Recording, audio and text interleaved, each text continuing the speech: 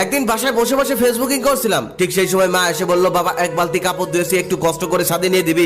আমি তখন বিরক্তির সাথে মাকে বললাম, দেখছো না কাজ করছি, আমি পারবো না, যাও এখান থেকে। মা তখন বলল, কই কাজ করতেছিস, তুই তো মোবাইল চাপাচাপি করতেছিস। তখন আমি আরো বিরক্তি হয়ে বললাম, যাও নিজের কাজ নিজে করে নাও, একটু শান্তি মতো বসে থাকতে দেখতে পারো না, একটু বসে থাকলে কাজের কথা বলো। তারপর মা সেখান থেকে চলে গেল, আমিও দরজা বন্ধ করে ফেসবুকিং করতে লাগলাম, কারণ দরজা খোলা লাগলে একটু পর পরই আসবে আর ঘ্যানর ঘ্যানর করবে, এটা ওটা করতে বলবে। সেদিনই সন্ধ্যাবেলায় ছাদে গিয়ে একটু বসেছি, এদিক সেদিক চোখ বোলাচ্ছি, ঠিক সেই সময় মায়ের কল দিয়ে বলছে, বাবা কই রে তুই। আমি তখন বললাম, এখানে আসলেও আবার কল দিতে হয়, আমি না তোমাকে বলে আসলাম সাথে আসছি, সাথে আসলেও তোমাকে কল দিয়ে জ্বালাতে হবে আমাকে, তাই না? মা তখন নরম সুরে বলল, আমার একা একা ভালো লাগছে না, তুই একটু বাসায় আয়, আয় তোর সাথে একটু গল্প করি। তখন আমি বিরক্তির সাথে বললাম, আচ্ছা যেতে পারি, তবে যাওয়ার পর কিন্তু কোনো কাজ দেওয়া যাবে না, মনে থাকে যেন। তখন মা মুচকি এসে বলল, আচ্ছা কোনো কাজ দেব না, আয় তুই। তারপর আমি বাসায় চলে আসলাম। মা আসার পরে সেই বিরক্তিকর গল্প, যেই গল্পগুলো আমার শুনতে ভালো লাগে না, বারবার শুধু সেই গল্পগুলো আমার সাথেই বলতে হয় তার। আমি তখন ফেসবুকিং শুরু করলাম, কারণ মায়ের ওই পুরনো গল্প শোনার মতো এত সময় নেই আমার। তারপর মা যখন বুঝতে পারলো যে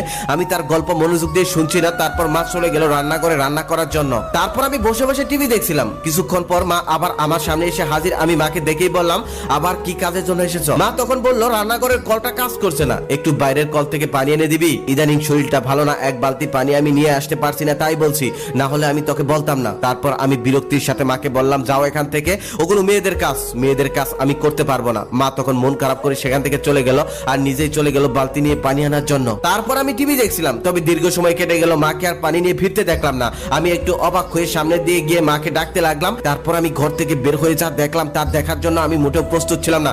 দেখলাম আমার মা টিউবওয়েল পারে পড়ে আছে, রক্তে 4-5টা ভিজে গেছে।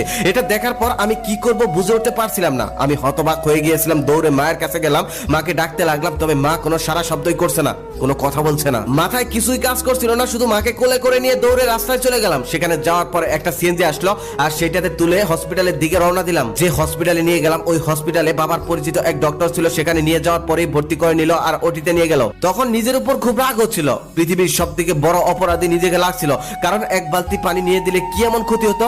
আজকে যদি মায়ের কিছু একটা হয়ে যায়, তাহলে তো নিজেকে কখনোই ক্ষমা করতে পারবো না। একটু পরে একটা নার্স এসে একটা কাগজ হাতে ধরিয়ে দিয়ে বলল, এই ঔষধগুলো খুব তাড়াতাড়ি নিয়ে আসুন। তারপর আমি ফার্মেসিতে গিয়ে খুব তাড়াতাড়ি সেই ঔষধগুলো নিয়ে আসলাম। নিয়ে আসার পর দেখি বাবার পরিচিত সেই ডক্টর বাইরে দাঁড়িয়ে আছে। আমি তখন বললাম, আঙ্কেল আমার মায়ের অবস্থা কেমন? তখন সে বলল, অবস্থা তেমন একটা ভালো না, রক্ত লাগবে, রক্ত দিতে হবে। আমি তখন বললাম, আমার শরীরের সমস্ত রক্ত নিয়ে নিন, তারপর আমার মাকে ভালো করে দিন। তারপর ডক্টর আঙ্কেল বলল, আমাদের কাছে রক্ত ছিল, সেগুলো দেওয়ার চেষ্টা করছি, তবে তোমার মায়ের শরীরে রক্ত নিতে যাচ্ছে না, তুমি আনতে অনেক দেরি করে ফেলেছ, আরেকটু আগে আনলে ভালো হতো। তবে ডক্টররা তাদের চেষ্টা করছে, বাকিটা আল্লাহর ইচ্ছা। আমি তখন সেই ডক্টর আঙ্কেলকে বললাম, আঙ্কেল এমনটা বলবেন না, প্লিজ আমার মাকে ভালো করে দিন, আমার মাকে ছাড়া আমি বেঁচে থাকতে পারবো না। ডক্টর আঙ্কেল তখন বলল, বাবা ডক্টর কখনোই মানুষকে বাঁচাতে পারে না, সবই আল্লাহর হাতে, আল্লাহ মানুষকে বাঁচাতে পারে। আঙ্কেলের সাথে কথা চলতে চলতে একটা মৃতদেহকে সাদা কাপড়ে মুড়িয়ে একজন নার্স বাইরে নিয়ে আসলো। তখন সেই নার্স আমার কাছে এসে বলল, সরি আপনার মাকে বাঁচানো গেল না।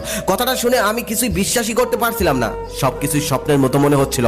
ডক্টর আঙ্কেল তখন আমাকে সান্ত্বনা দিতে দিতে বলল, তোমার মাকে আগেও কতবার বলেছিলাম ভারী কাজ কখনোই করা যাবে না, তার শরীর অনেক দুর্বল ছিল, কিন্তু কে শুনে কার কথা? আমি তখন আর নিজের মধ্যে ছিলাম না। এটা কতটা যন্ত্রণা, এটা একমাত্র তারাই বুঝতে পারবে যাদের মা পৃথিবী থেকে হারিয়ে গেছে। আমার পুরো পৃথিবী তখন থমকে গিয়েছিল। সারাটা জীবন যাকে এত অবহেলা করলাম, আজকে তার নিথর দেহটাই আমার শরীরের সমস্ত শক্তি কেড়ে নিয়েছে। কাপা কাপা হাতে তখন মায়ের মুখ থেকে সাদা কাপড়টা সরালাম। কোনোদিনই কখনোই এই মায়া ভরা মুখটার দিকে ভালো করে তাকাইনি। কতটা মায়া ছিল এই মুখে, তা আজ দেখতে পারছি। আমি তখন চিৎকার করে আম্মু আম্মু বলে ডাকতে লাগলাম আর বলতে লাগলাম, আম্মু আমি আর জীবনে কখনোই তোমার অবাধ্য হব না, সমস্ত কাজ করে দিব, কখনোই তোমার কথার বাইরে যাব না, তোমার গল্প শুনবো, শুধু একবার তুমি চোখটা খোলো, একবার তুমি আমাকে বাবা বলে ডাকো। তুমি না বলেছিলে আমি নিষ্ঠুর, আমার নাকি কোনো মায়া নেই, আমার চোখে নাকি কোনো পানি নেই, এই দেখো আজ তোমার জন্য আমার চোখে কত পানি। আম্মু একবার ওঠো। সেদিন আমার চিৎকারে হসপিটালের সমস্ত লোক একত্রিত হয়ে গেল, আমার মা চোখ খোলেনি। সেদিন হসপিটালের অসংখ্য মানুষ আমাকে সান্ত্বনা দিল, আমার মা আমার সাথে আর কথা বলেনি। বাবা মা বেঁচে থাকতে আমরা কম বেশি সবাই এমন করি, গুরুত্বই দেই না, পাত্তাই দেই না। তবে যাদের হারিয়ে যায় তারাই বুঝতে পারে বাবা মা কি জিনিস, কি ছিল বাবা মা। মাকে সারা জীবনে যতটা অবহেলা করেছি, তার 1% অবহেলাও যদি আমি অন্য কাউকে করি, সেই আর আমার সাথে কখনোই কথা বলে না। তবে মাকে পৃথিবীর সব থেকে বেশি অবহেলা করেও বাড়ি থেকে বের হয়ে দেখো, একটু পরে ফোন করবে, খুঁজতে বের হবে।